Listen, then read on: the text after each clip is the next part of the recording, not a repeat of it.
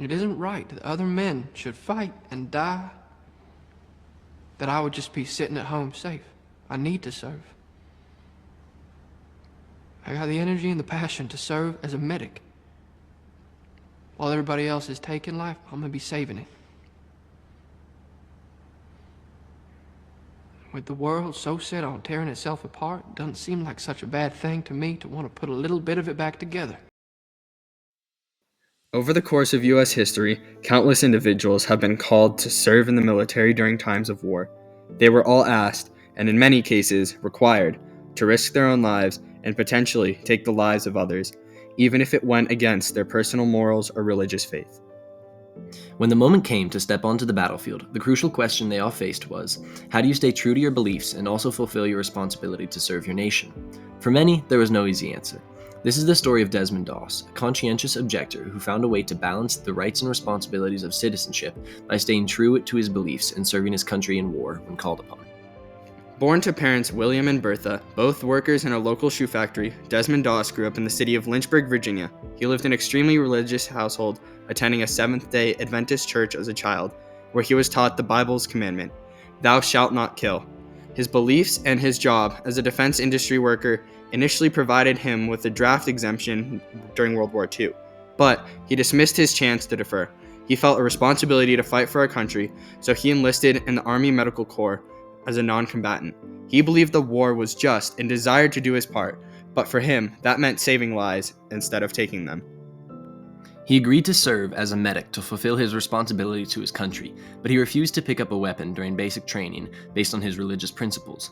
This gave him the status of a non-combatant conscientious objector, which unsurprisingly resulted in him being called a coward and facing the threat of court-martial.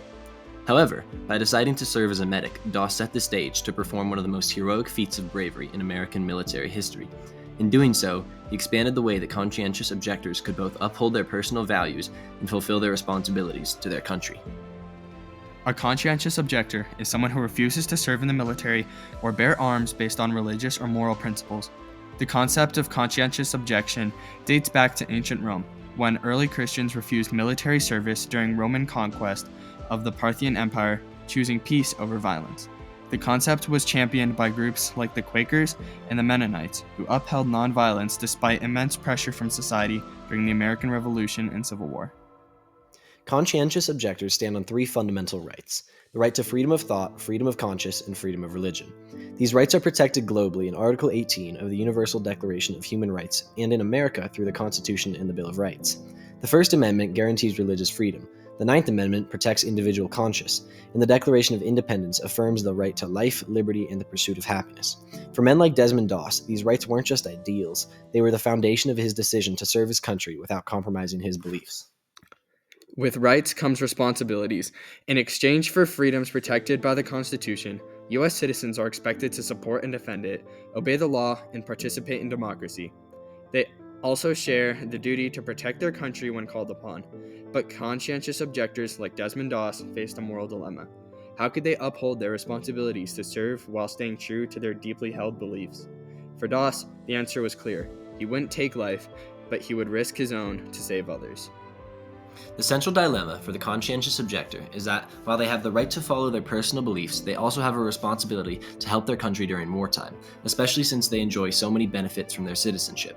In other words, is it fair for them to rely on others to fight and risk their lives to preserve their freedom and security if they choose not to fight? And if it is not, what other steps can they take to sufficiently fulfill this responsibility?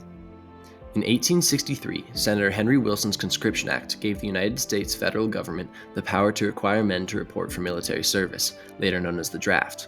Before World War I, there was no widespread legal framework for conscientious objection. However, in the US, the concept was recognized to a certain extent due to the country's emphasis on individual rights, specifically the freedom of religion. When the first national draft was established during World War I, conscientious objector applicants were required to prove their beliefs were sincere. If approved, they often served in non-combatant roles or did alternative civilian service.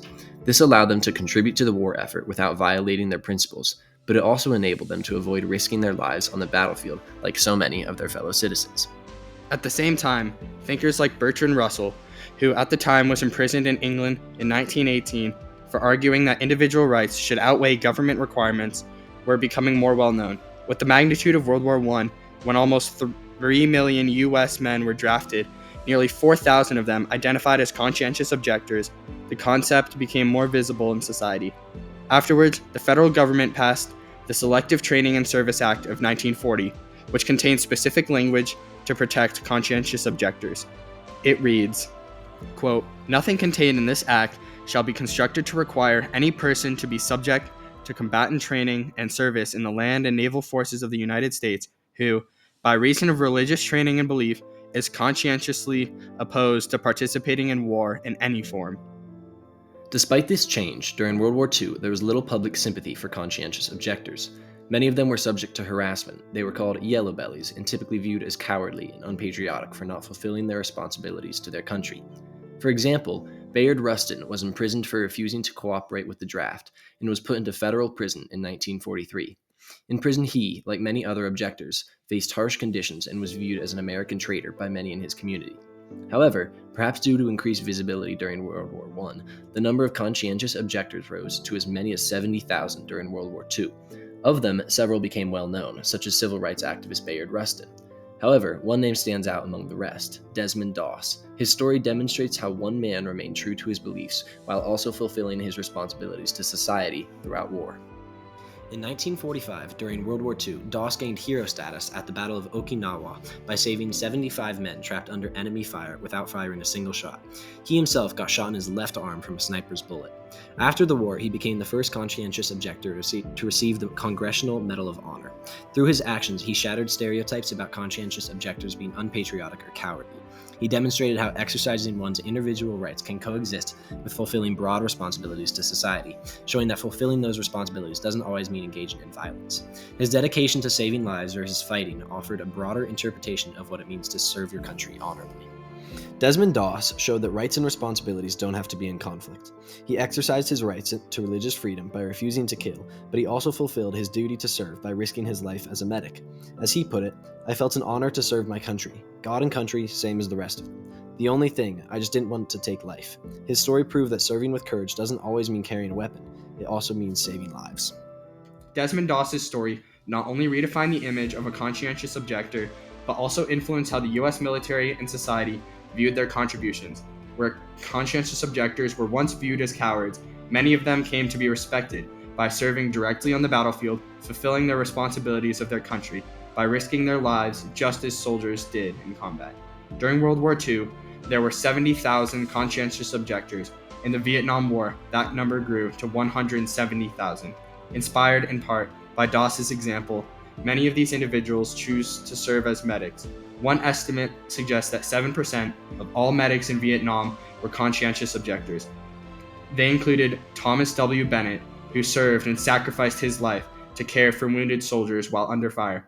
He, like Doss, was awarded the Medal of Honor for his heroism, becoming the second conscientious objector to do so. Desmond Doss was instrumental in not only inspiring individuals across the world to stand by their personal morals while contributing to society, but also in reshaping America's beliefs about conscientious objectors and the balance of rights and responsibilities. He helped people to recognize that patriotism isn't solely defined by taking up arms, but by a commitment to serve your country in ways that align with your values. His story became culturally significant, inspiring not one but two films: the documentary The Conscientious Objector in 2004, and the Oscar-winning feature film Hacksaw Ridge in 2016, which brought his story to a global audience.